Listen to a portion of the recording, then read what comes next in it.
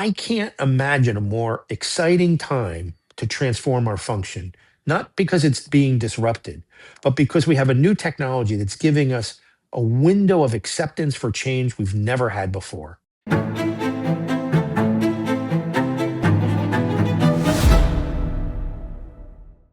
Many people think people strategy is abstract, but when things get hard, whether it's transformation or labor tension or public scrutiny, people strategy becomes the business strategy. And today I'm joined by Mike D'Ambrose, three-time Fortune 50 CHRO, former CEO, board member, National Academy of HR fellow, someone who's led through every business cycle and transformation moment, and one of my favorite people. Mike, it's really great to have you here.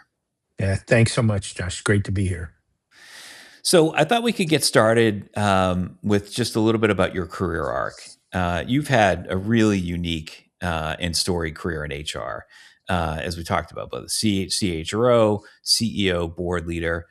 What moments in your career shaped how you think about leadership and the role of HR most? Well, there's been so many moments in my life, but I think the one that really changed me forever was when I became CEO and had to run my own business. Um, what, I bought a company with some investors that was basically bankrupt, had some critical issues, and um, and I learned about how to, you know, what are the priorities that matter? How do you decide the things you're going to do and the things you're not going to do?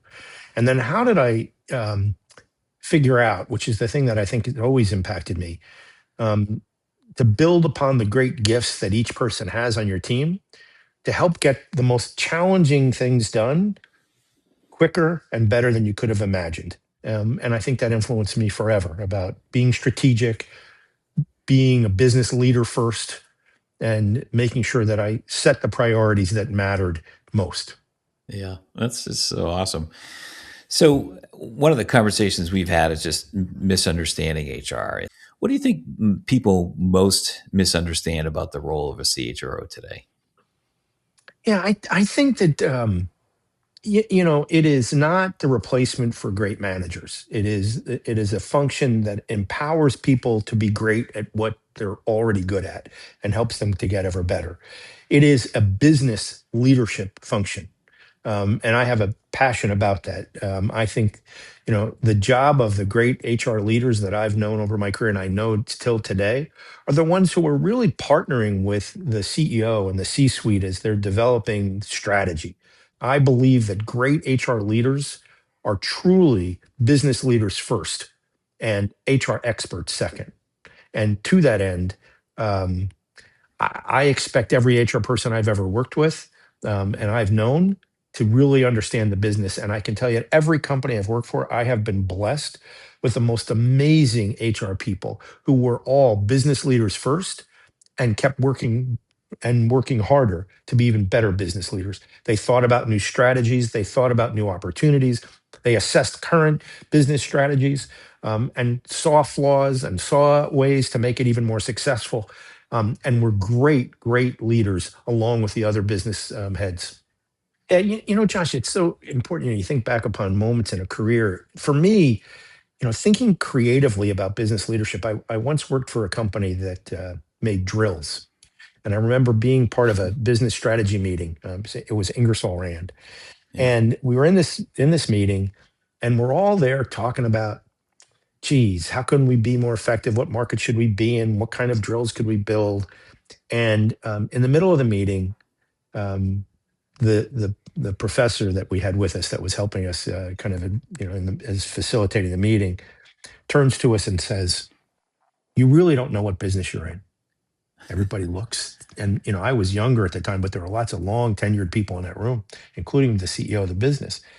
And he said, "You think you're in the business of making holes? You make drills." I mean, I'm sorry, "You're in the business of making drills." And he said, "In Right. fact, you're in the business of making holes." And it transformed the company overnight. It's that kind of business leadership, innovative thinking, strategic mindset that I would expect from HR, great HR leaders. And so, where do you think HR gets in its own way, and why isn't it just table stakes?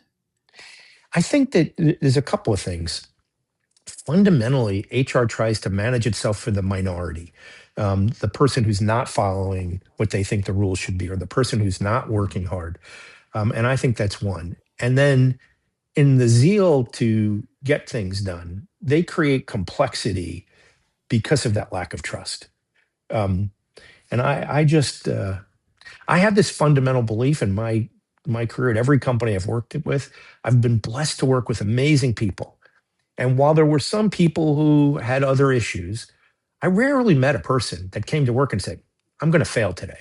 This is the day I'm going to really mess up. That doesn't happen. People come to work and say, I'm going to do my best today. I want to be great today. And I think that's part of what we need to be thinking about as a function. How do we capture that spirit and build upon it? How do we really trust the fact that we've worked hard to hire great people? Think about the number of people we have assessed and interviewed to get this single person hired. And then they get there and we build an entire bureaucracy around them that tells them we don't trust them.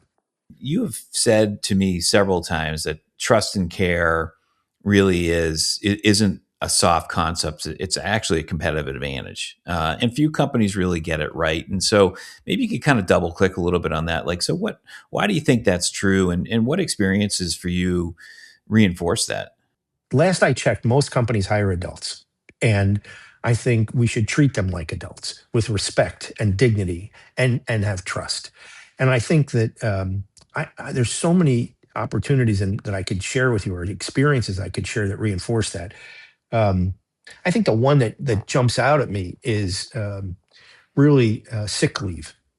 I Yeah, believe that many companies have, okay, here's how many days of sick leave you get. And what happens in that situation is you give them whatever it is, 5 days, 10 days, how many days a year. You'll find that the entire workforce actually gets sick 10 days. That's not really true. They just take the 10 days because it's now this policy of entitlement. If you say to people, the way I did when I ran my own company, hey, look, if you're sick, we'll take care of you. You're paid. But if you're not, please come to work because we don't want this benefit to be something that we all can't enjoy. yeah. And I've been in large companies where we've had policies that had inherent trust. And what happened? People police it on their own. They say, hey, I'm not going to take advantage of this because if I do, we're all going to lose it. Or it's not going to be fair to Sally or Tom who really needed it. And I want to make sure that this is the kind of company where I come and be successful because they trust me and they're here when I need them most. 100%. 100%. I talk to leaders all the time about, our job is to really maximize their discretionary effort. And so how do you do that? It's about demonstrating you care for them, that they're valued, that you trust them. And people will run through a wall for that. They do. And it's hard to measure. I remember early in my career, I was in a manufacturing plant, we had this one employee who pretty consistently came in about 10 minutes late. And oh, it's a terrible thing, 10 minutes late. We have a meeting with the employee, and I said, gee, what's happening?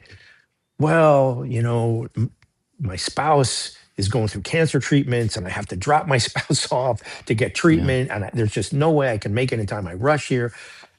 And they were, we were ready to like let this person go. And I said, no worries. He said, just get here when you can. I can tell you, every person that knew her, that person said, I'm never leaving this company. I'm going to work harder. Did that person work the extra 10 minutes? You bet. Was there improvement in quality and production of the entire floor? Yeah. Do I think it happened from that one little bit of trust, a little bit of care? Yeah. Yep. And I think those moments have always resonated with me. How can I, it's not hard. How do I treat every person the way I wish I was treated, the way Yeah. I would want myself to be treated? So why do most leaders get wrong? Get this, wrong about this. And why isn't this the norm? I think it's a little scary. I think trust is not easy. I think that's one. There's always a worry that it'll get abused, and there's something you have to be careful about with that. Um, but I think it really gets down to what you do up front. I think great companies that build in trust and policies that treat each person as the unique, gifted individual they are, work hard to select people to hire. And I think when I look at where we are today with AI and the new tools out that give us capabilities we only dreamed about prior, we had to work hard before. We now have the opportunity to leverage AI and technology to assess people better than we ever have before. How do we use that knowledge to put people in the right jobs with the right skills and capabilities at that right moment in time? And then how do we also recognize that we need policies and practices that really deal with the fact that this isn't heaven and people have things that happen to them in their life. And when you're the company that can be there at those moments that matter, those employees are going to be there for the moments that matter as well. And that's the magic. And that's where I think the more our function acts like business leaders, understands what the priorities are, what we have to get done, and what are the great gifts of the people to deploy against that, the more effective we're going to be as leaders and the more the CEOs will respect us as well. I love that. I love that. It's related. We talk a lot about at Sword balancing speed in our craft, and we are in a hyper competitive industry, and we really value moving with urgency. What's your advice for fast moving companies that need to maintain this high level of accountability and performance, but without creating fear or in sustaining engagement? Well, Josh, it's really, in my mind, pretty simple. It's what holds speed back is the fear of failure. Mm, And when we open ourselves up to recognize that we can trip, and that when you trip, instead of getting punished, everyone around you is going to be there to pick you up and help you succeed forward. And so what happens, when I look at organizations that move slowly, that move cautiously, it's because there's this great fear of failure. I worked for a company once that sadly had some fatalities as part of its business. And for a while, um, I think there was some acceptance that this is a risky business. We had a new CEO come in, new CEO says, there's a fatality, brings everybody into headquarters.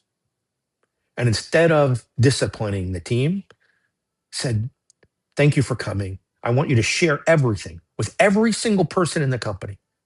And I want us all to learn from this. So then what happened here never, ever, ever happens again. yeah, And you know what?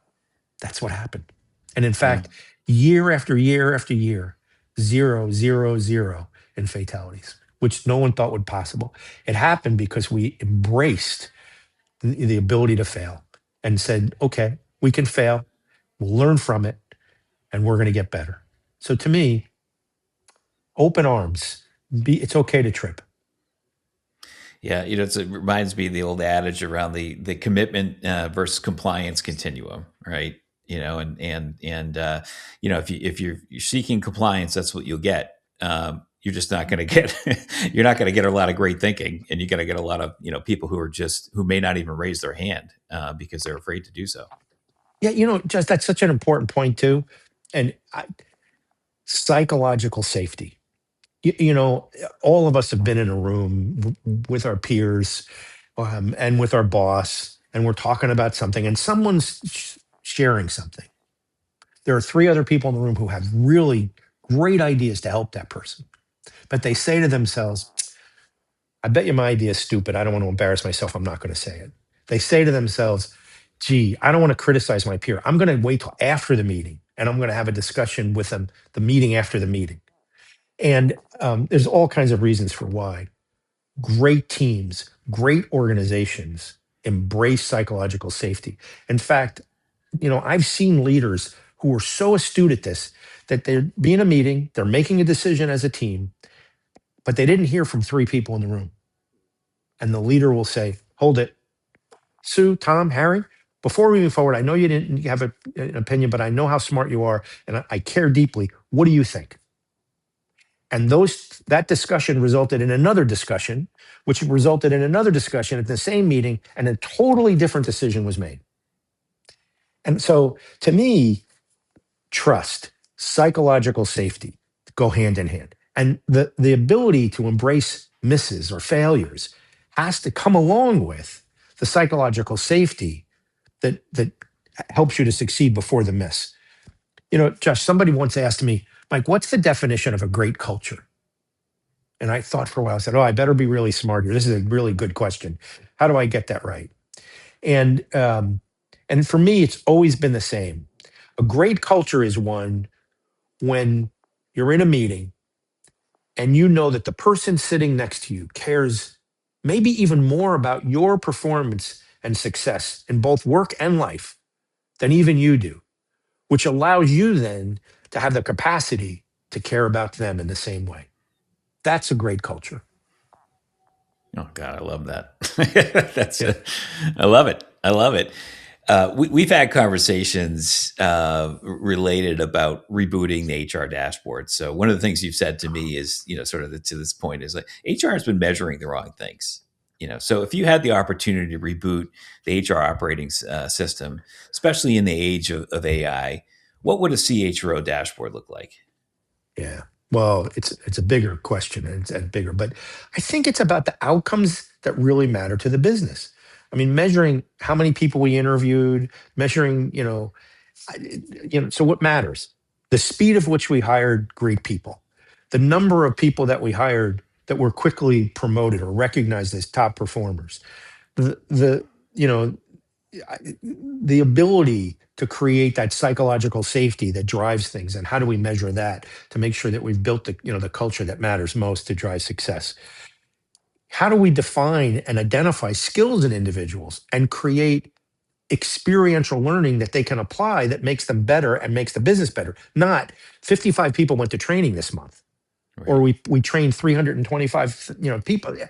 No, I just think that we have to really look at what are the business outcomes that matter most, and those are the metrics that sit on the dashboard. Now there are lots of things behind those metrics that drive things, but it's not about activity, it's about outcomes. We measure a lot about activity, but for me, if you're really looking at the business outcomes that matter, you're going to be saying to yourself, what are the teams that are driving the highest level of success and why? So how do I measure that? When I look at succession planning, how do I measure, the skill sets that matter most to driving success? And how do I make sure I've embedded that inside successors? And those are the things that matter to me. We have a business that's growing quickly. We have another business that knows how to find efficiencies. We have another business that's shrinking and still succeeding. How do we create the metrics that make sure that the strategies that the businesses are embracing are the ones that they're doing great in? And what are those things that matter? So in some, it might be, what are the expenses that we've been able to reduce across the enterprise? And another, it might be very simply, how are we, quickly identifying the capabilities to grow and filling those needs for growth? How do we create rewards, not about what percentage people got paid or what the percentage payout was, but was the reward system we created driving the discretionary performance that was so required to help the business succeed? It's my favorite topic. I have to say, when I think about the metrics that drives us, I love digging my hands in it, rolling up with the business strategy, and saying, okay, given where we are, what should matter most? And when you have that discussion, it's usually pretty obvious. Yeah, the two I remember from our conversations vividly is engagement. You feel very strongly that there is, I Uh, think, one question in particular that's most important, right? yeah, well, I'm not a big, look, we've had the net promoter scores and engagement for a long time. And I don't know how many people have been like me, but I've been places and moments in my career where I've been really engaged, working really hard, not very happy, and that taps me out. So Yeah, I know it's a word in HR we struggle with, but I do believe that words like care matter, which relate to another word, which is called happiness. I think positive people who have a growth mindset, who come to work happy, make other people happy, yeah. and people want to work with those people. And the organization becomes more innovative, more collaborative, and I think that drives more success. So I am very much into How do we create an environment that's so unique that people can't wait to get their arms around work, can't wait to be with their peers, can't wait to see the outcomes that they know are going to change the world as we know it and to a better place? And so, to the point about AI, so where do you see AI being, the biggest enabler for that, an unlock for us? And then perspective, is there anywhere it shouldn't be used? Oh, yeah. But AI is about giving us data that we dreamed that we could never, that we always wanted but could never find. It's our ability to analyze things quickly so that we could do the one thing that I would never let them do, which is apply judgment. And and I think what's magical about AI, all of us are playing with it, I'm sure. All of us are using it. How does it make us ever better, ever smarter? What's the data that's going to make us make better decisions? So if you think about talent, boy, if I could earlier identify this great skill sets in each person and then artificially create experiences to accelerate those great gifts to be even more powerful. Could I develop a CEO in 10 years instead of 30? Could Yeah. I create organizations that have people with so deep experience, even though they're young in their organizational tenure and their teams are young? The answer is yes. The magic is, how do I make the judgment to prioritize that work, to create the roles that matter? And then how do I continue to create the experiences that build on making those skill sets ever better? I my only regret in life is that I'm at a point in my career where I'm at the other end. I wish I was starting over and I was in my 20s, starting again, because I tell you, the next 10 years are going to be amazing for our function. Amazing. One of the amazing things about your career is you've gone through 7 CEO successions. Let me just repeat that again: 7 CEO Yeah. successions. Most Yeah. CHROs are lucky to do one, let alone 7. So that's got to taught you that must have taught you something pretty incredible. So what did you learn most from that, and how do you maintain your credibility and influence as you're transitioning from one CEO where you've made that, you invested that relationship capital, and you're transitioning to another? Like, what's the secret sauce? Well, there's so many things I've learned. I don't know if there is a secret sauce because I think each one of those situations are unique. They're all different. Um, but I think the one thing that jumps out at me that I learned early on, and I actually wrote a few papers about it.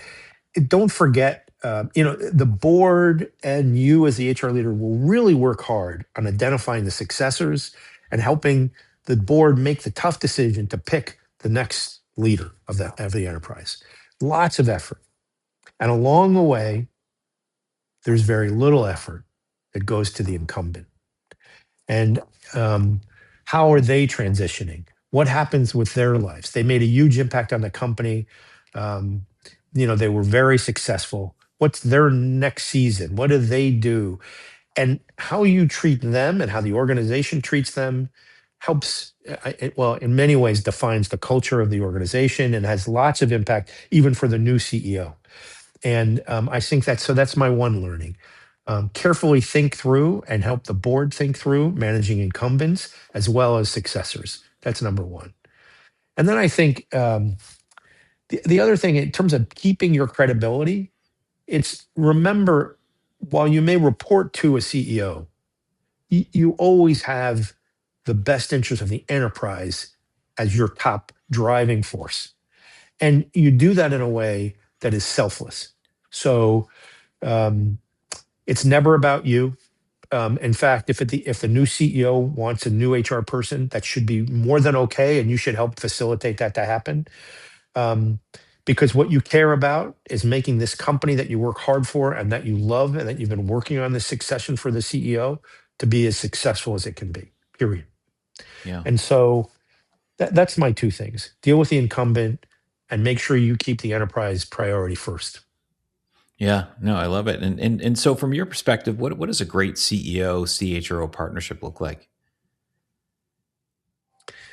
Yeah, I've been blessed with many of those. It's one where there's complete trust and psychological safety, where both sides with the door shut can say and think about whatever's on their mind. because each person knows what I said before about the definition of a culture, where your CEO knows that you're determined to make them successful at work and in life, and you know they have the same determination for you. And in that environment, which by the way is very tough to find and very tough to get, you have to really earn it. But when you get there, when you build that true trust and care, um, then together you can, make a company ever better.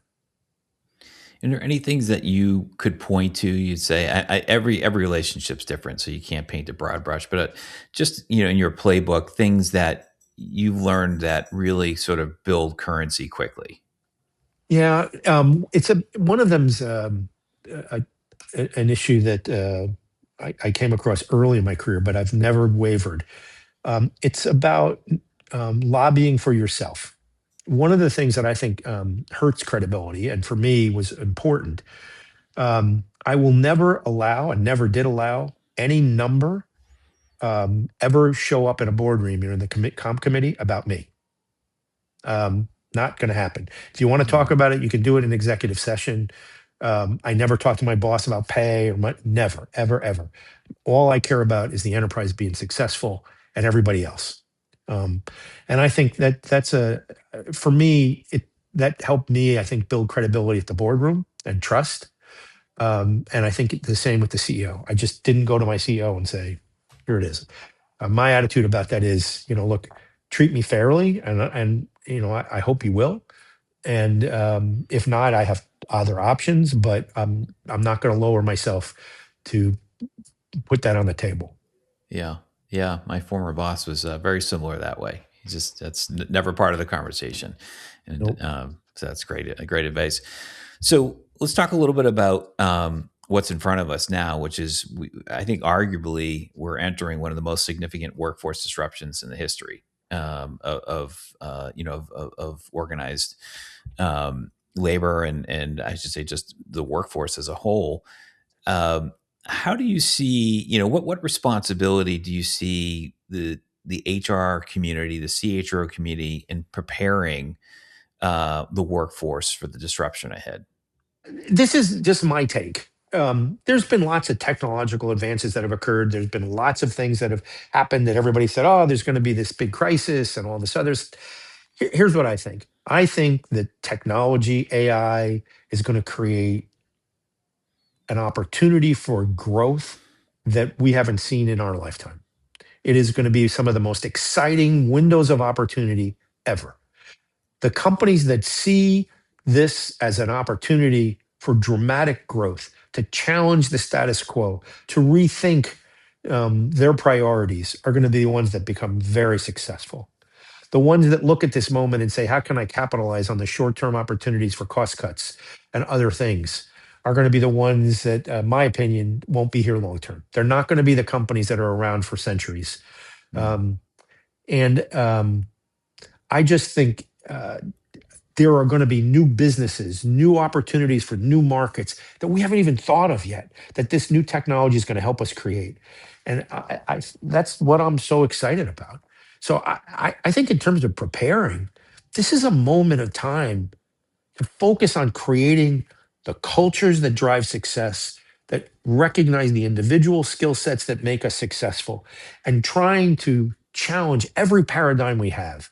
Like, what should we do with performance management? How do we create different reward systems? What should we do, with organizational structure itself? And how do we build capabilities that are truly embedded? For me, I can't imagine a more exciting time to transform our function, not because it's being disrupted, but because we have a new technology that's giving us a window of acceptance for change we've never had before. People are expecting disruption, Josh, just like you said. And so why should we squander it? Why don't we really do the right thing and be the disruptive, transformational function we deserve to be? And so, what do we need to do though? So, in that, you use that, double click on that, and you say within the HR organization, reinventing, the whole talent ecosystem and life cycle. What would you, what would you recommend that HR folks do now? Just, whether it's somebody on the front line or all the way up through senior management. I think this is the moment in time where we have permission to learn and maybe trip a little. So rather than what I see companies doing and HR leaders doing, rather than saying, we're going to change the enterprise tomorrow and we're going to put in this whole new system on performance management, this whole new system here. No, we should be the function that is experimenting, that's learning, because there Yeah. isn't somebody out there that's got this right just yet. And we should be creating demand pull instead of us pushing implementation, which there'll be winners and losers to. We should be able to pilot and then have champions that create demand pull because other leaders say, hey, I want what Sue has over there in that department or in that division or in that location. So to me, even our thinking about how to make change happen has to be different than we've done before because the window's now. But if we trip on ourselves, and by the way, in new technological advancements at the pace that things are changing, think about this. Okay, I've now gone out, I've used AI, I've got agentic, and it's all perfect. We're going to implement this whole new system. I promise you, within 18 to 24 months, you'll be wrong. There'll be something new. Yep. So this is the time, pilot, test, create demand pull, and be willing to continually get smarter in the morning than you were the evening before. Love it. All right. So, Mike, we're coming to the end here. So, we're going to do a quick lightning round. Oh So, boy, I'm quick not good at fire. this. I know that. I can tell you now. This is it. All right, go ahead. I'll try. So, finish sentence. In a transformation moment, the biggest mistake leaders make is. Not trusting our people. Love it. People will ensure that we succeed. Trust them. Love it. A sign the culture is drifting is. Silence. People stop talking. Love it. The most underrated lever in HR is.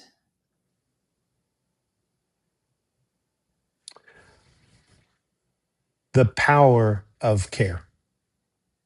Making the exceptions that matter.